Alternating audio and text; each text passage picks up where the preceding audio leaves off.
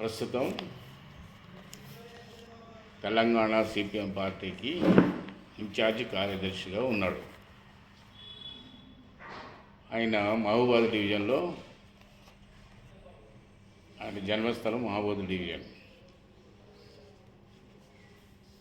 ఆయన వెనకబడిన కులాల నుంచి వచ్చాడు. నా వైపు చూడండి, నా వైపు చూడండి. నా వెనకబడి కులాల వైపు నుంచి వచ్చాడు.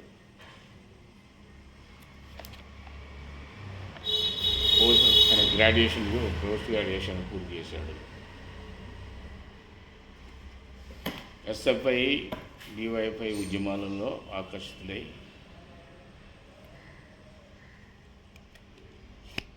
ఉద్యమాలు నిర్వహించడంలో కానీ, పాల్గొనటం కానీ వీటల్లో కూడా బాగా యాక్టివ్ పార్టిసిపేషన్ ఉండేది.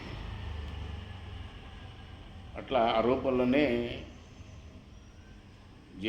ఆ జిల్లాకే పరిమితం కాకుండా, వరంగల్ జిల్లా పరిమితం కాకుండా రాష్ట్ర స్థాయికి నాయకుడిగా ఎదిగాడు. ఈ ఉద్యమాల ద్వారా ఎదగటమే కాకుండా ప్రత్యేకంగా తనకున్న సామర్థ్యం, తనకున్న గ్రాస్పింగ్ నేచర్, పరిస్థితుల్ని స్టడీ చేయడం కానీ, లేకపోతే చరిత్రను అధ్యయనం చేయడం కానీ, మొత్తం వీటన్నిటిల్లో కూడా గ్రాస్పింగ్ నేచర్ బాగా ఉన్న మనిషి. ఆ రకంగా ఏంటంటే ట్రేడ్ యూనియన్ మూవ్మెంట్లో తన పాత్ర నిర్వహించే అవకాశం వచ్చింది. రాష్ట్ర ట్రేడ్ యూనియన్ సిఐటికి ప్రధాన కార్యదర్శిగా పనిచేశాడు. అనేక ఉద్యమాలు, అంటే ఒక మోడల్ చెప్పాల్సి వస్తే సృజనాత్మకతతో అనేక ఉద్యమాల్ని తీసుకోవడంలో కానీ, నడపడంలో కానీ, వాటిని సక్సెస్ఫుల్గా నిర్వహించడంలో కానీ మంచి సమర్థవంతంగా పనిచేశాడు.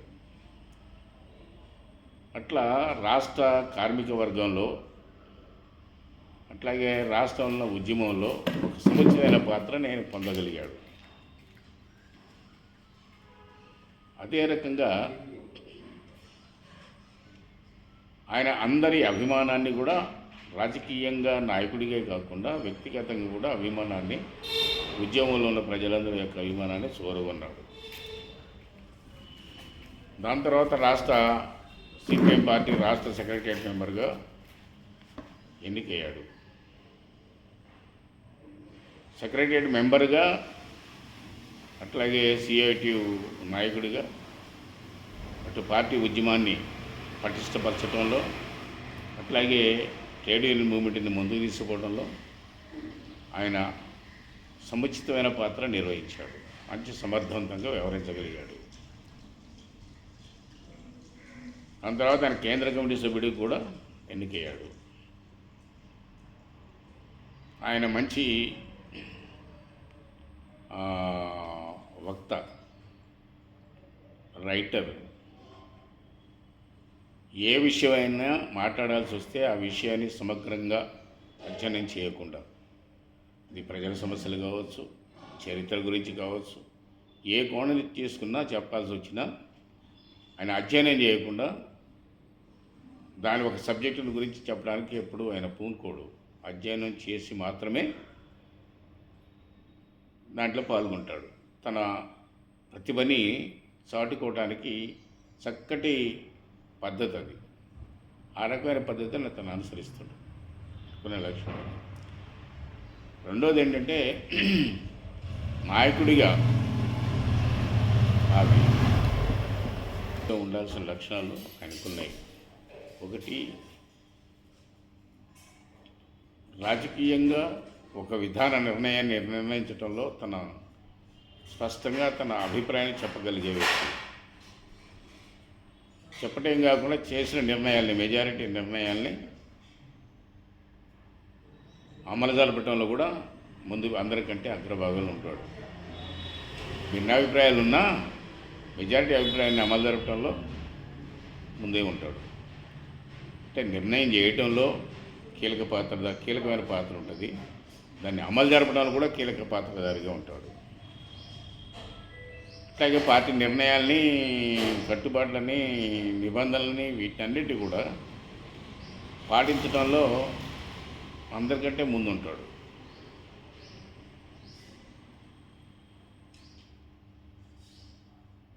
వీటితో పాటు ఆయన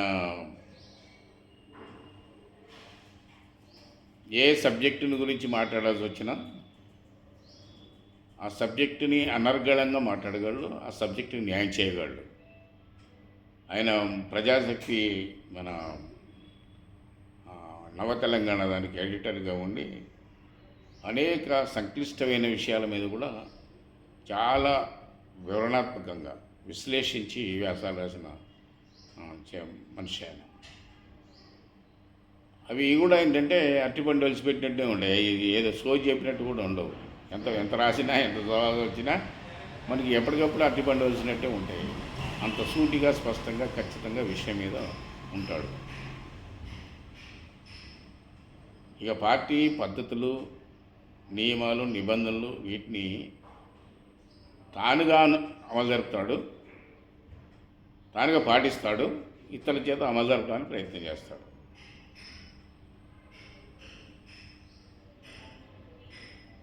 ఇవన్నీ అనుకున్న క్వాలిఫికేషన్స్.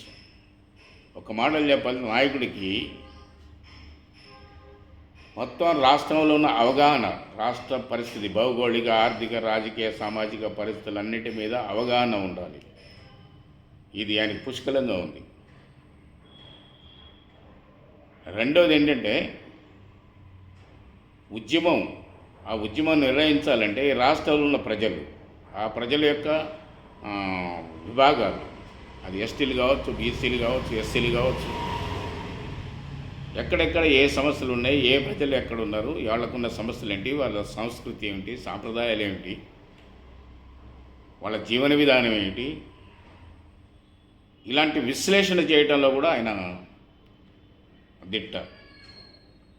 మన రాష్ట్రంలో ఉన్న ఎస్సీ, ఎస్టీ, బీసీల యొక్క జీవన విధానాన్ని గురించి కానీ, సంస్కృతి సాంప్రదాయాన్ని కానీ, వాళ్ళ కోసం ఉద్యమాలు నిర్మించడంలో మెలకువల్ని తీసుకోవడంలో కానీ, అలాంటి చర్చలు జరిగేటప్పుడు తన పాత్ర నిర్వహించడంలో చాలా చాకచక్యంగా వ్యవహరించగలిగే వ్యక్తి, చాలా ఉన్నట్టుగా ప్రతిబింబించే వ్యక్తి.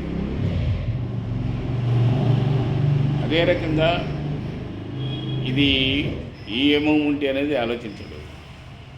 అది ఇళ్ల స్థలాలు కావచ్చు, గుడిసెలేసిన దాన్ని గుడిసెలేంచడం కావచ్చు, లేకపోతే ట్రేడ్ యూనియన్ యొక్క ఉద్యమాలు కావచ్చు, లేకపోతే భూ పోరాటాలు కావచ్చు, లేదా కూలీ పోరాటాలు, ఈ ఏ పోరాటాలు ఎక్కడ జరిగినా దానికి తనున్న కేంద్రం ఏదైతే ఉందో, అది సిఐటి ఉంటే సిఐటిని దానికి బండగా నిలబెట్టే లక్షణం ఉంది. పార్టీగా ఉంటే పార్టీగా నిలబడ్డ సందర్భాలు ఉన్నాయి. అట్లేంటంటే ఎక్కడున్నా సరే ప్రజల యొక్క ఉద్యమాలలో తన పాత్రని ఖచ్చితంగా నిర్వహించేవాడు. ఆ నిర్వహించడంలో ఏమాత్రం వెనకాడు. వీటితో పాటు మంచి ప్రవర్తన, ఎదుటి వాళ్ళతో మాట్లాడటంలో కానీ, ఎదుటి వాళ్ళని రిసీవ్ చేసుకోవడంలో కానీ, ఎదుటి వాళ్ళు చెప్పిందని వినే ఓపిక చాలామందికి ఉండదు. కానీ ఎదుటి వాళ్ళు చెప్పే ఓపికతో వినటమే కాకుండా విన్నదాన్ని అర్థం చేసుకొని సరి అయిన సొల్యూషన్ ఇవ్వగలిగే లక్షణం ఉన్న మనిషి. అది వాళ్ళకి సొల్యూషన్ ఇచ్చింది కరెక్టా కాదని వాళ్ళకి కరెక్ట్ కాకపోవచ్చు, కానీ ఇవ్వాల్సిన పద్ధతిలో ఇవ్వటం, అది మంచిగా చెడు అనేది పక్కన పెట్టాడు. విషయం యొక్క ప్రాధాన్యత ఏంటి, విషయంకి ఉన్న బేస్ ఏమిటి, అందులో జరిగిన తప్పు ఏమిటి, లోపాలు ఏమిటి చూసి అట్లా విశ్లేషించి చెప్పగలిగే లక్షణం ఉన్న మనిషి. అది పార్టీలు జరిగే తప్పులు కావచ్చు, బయట జరిగే తప్పులు కావచ్చు, ఎక్కడైనా సరే ఏది చెప్పాల్సి వచ్చినా విశ్లేషణ లేకుండా చెప్పడం అనేది సాధ్యమవుతుంది. రెండోది పార్టీ ప్రతిష్టని, గౌరవాన్ని పెంచడం కోసం చేసే కృషి, అది ఏ రూపాలనైనా సరే ఆయన బహుశా 189%, 90% ఆయన అందుట్లో నిష్ణాతుడని చెప్పవచ్చు, తప్పలేదు. అదే రకంగా పార్టీ మీద దాడులు జరిగితే దాన్ని తిప్పికొట్టడంలో సైద్ధాంతికంగా, రాజకీయంగా తిప్పికొట్టడంలో కూడా ఏమాత్రం వెనక్కి వేయ మనిషి కాదు. అట్లా రాయటంలో కానీ, చెప్పడం, ఉపన్యాసాలు చెప్పడంలో కానీ, ఫీల్డ్ మీద కానీ, వీటన్నింటిలో కూడా అతను చెప్పిన దానికి అనుగుణమైన పద్ధతులలో ఆచరణలో ఉంటాడు. అంటే తాను చేయటమే కాకుండా ఇతరులతో చేయించడమే కాకుండా మొత్తం చేయించడానికి కావాల్సిన వనరులని, అవకాశాలను సృష్టించడం, మొత్తం క్యాడర్నంతా ఏకోన్ముఖం చేసి నడిపించడం, ఇవన్నీ నాయకుడికి ఉండే లక్షణాలు. ఈ లక్షణాలన్నీ ఆయనకున్నాయి. ఇక వ్యక్తిగతం అంటారా, ఆయనకి వ్యక్తిగతంగా ఇతర స్వార్థపూరితమైన ఆలోచనలు కానీ, ఆయన ఒక మాటలు చెప్పాల్సి వస్తే, ఆయన ఏ లక్ష్యం కోసం అయితే వచ్చాడో ఆ కమ్యూనిస్ట్ పార్టీ యొక్క ప్రయోజనం కోసం పనిచేయటమే ప్రధానం తప్ప ఆయనకి ఏ మిగిలిన ఆలోచనలు లేవు. స్వీయ అభిప్రాయాలు కానీ, స్వీయ మనస్తత్వాలు కానీ, స్వీయ ప్రయోజనం గురించి ఆలోచించడం కానీ ఎక్కడ ఏ సందర్భంలో కూడా కనపడలేదు. అందుకని ఏవైనా ఒక మాటలు చెప్పాల్సి వస్తే, కమ్యూనిస్టుగా నిర్ణయించుకోవడంలో 100% కమ్యూనిస్టుగా ఉండాలి లేడని చెప్పలేను, కానీ కమ్యూనిస్టుగా మారటంలో, ఆ ప్రయత్నం చేయటంలో, అది వ్యక్తిగతంగా, ఉద్యమంలో, తనకు నిర్వహించే పాత్రలో, వీటన్నిటిలో కూడా ప్రతిబింబించే పద్ధతుల్లో దానికోసం ప్రయత్నం చేస్తున్న వ్యక్తులలో మొదటోడు, రాష్ట్రంలోనే మొదటోడు ఒక మాటలు చెప్పాల్సి వస్తే. అలాంటి స్థితిలో ఆయన ఇప్పుడు ప్రస్తుతం తెలంగాణ రాష్ట్రంలో ఒక ఉద్యమానికి సారథ్యం వహిస్తూ ఒక సమన్వయకర్తగా, మంచి నాయకుడిగా గుర్తింపు పొందుతున్న పరిస్థితి ఉంది. ఇప్పుడు చూసిన వరవడి మారిపోయింది. అది వేరే